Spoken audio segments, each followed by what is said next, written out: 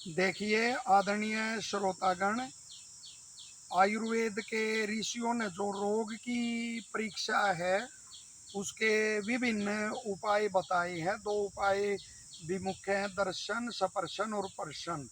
और इसी तरह अष्टविध परीक्षा बड़ी प्रसिद्ध है। नाड़ी, मलम, मूत्रम, जीवाम, शब्दम, सपर्शम, दृग, आकृति।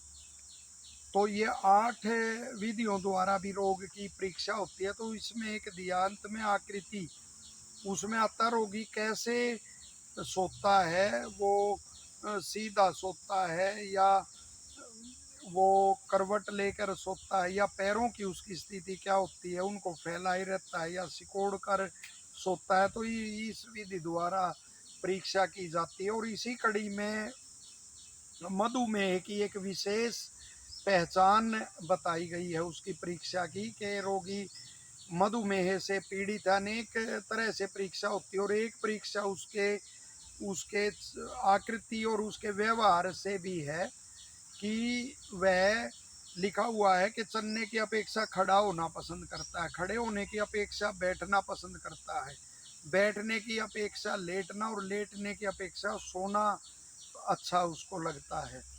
तो कितनी बढ़िया परीक्षा ऋषियों ने बताई है। तो ये मुख्य रूप से यही है कि वह आलस्य में इतना आ जाता है।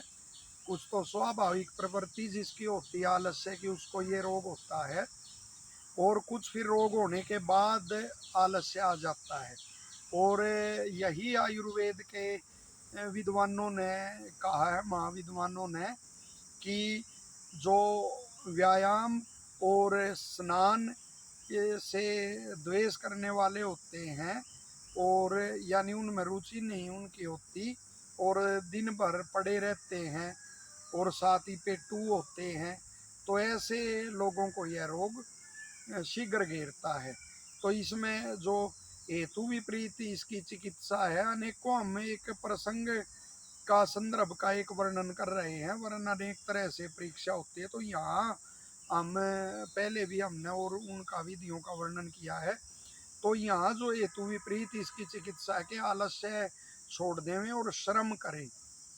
कस्सी से खोदना जो उसमें है, जो इस अवस्था में कस्सी से खोदना, युवावस्था में है तो कुश्ती आदि का वो करना, बचपन में और युवावस्था में अभ्यास करना, वरना बड़ा भी है तो और अपना कोई ना कोई ऐसा वो व्यायाम का वो करना, अपना सिद्ध करना, किसी न किसी जो वो होते हैं आसन के व्यायाम होते हैं उनको सिद्ध करना या अन्य व्यायाम को सिद्ध करना, तो ये बड़ा अनुकूल रहेगा। दूसरा, स्पष्ट लिखा हुआ, नदियों में जो तैरने वाले होते हैं या झरने के नीचे स्नान आदि करने वाले होते हैं, उनको यह रोग नहीं होता।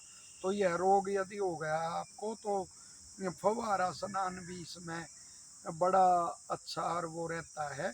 और अपना आलस्य का त्याग करना चाहिए, और भोजन भी एक साथ अनेक भोजन मिला के और उनका सेवन नहीं करना चाहिए, और एक समय थोड़ा ही वो भूख से कुछ कम ही खाना चाहिए। तो ये एक वो बताया है आपको, एक प्रसंग का उल्लेख किया है, अन्य तो वो खान पान के संदर्भ में और जानकारियाँ होती हैं वो भी आपके साथ साझा करेंगे। तो पूरी आशा है कि ये इस रोग के लक्षण जो विशेष बताया है और इसमें थोड़ा सा वो आहार विहार का बताया है, तो वो आपको अवश्य उपयोगी लगेगा और लोक हित में आप इसे साझा करेंगे। धन्यवाद।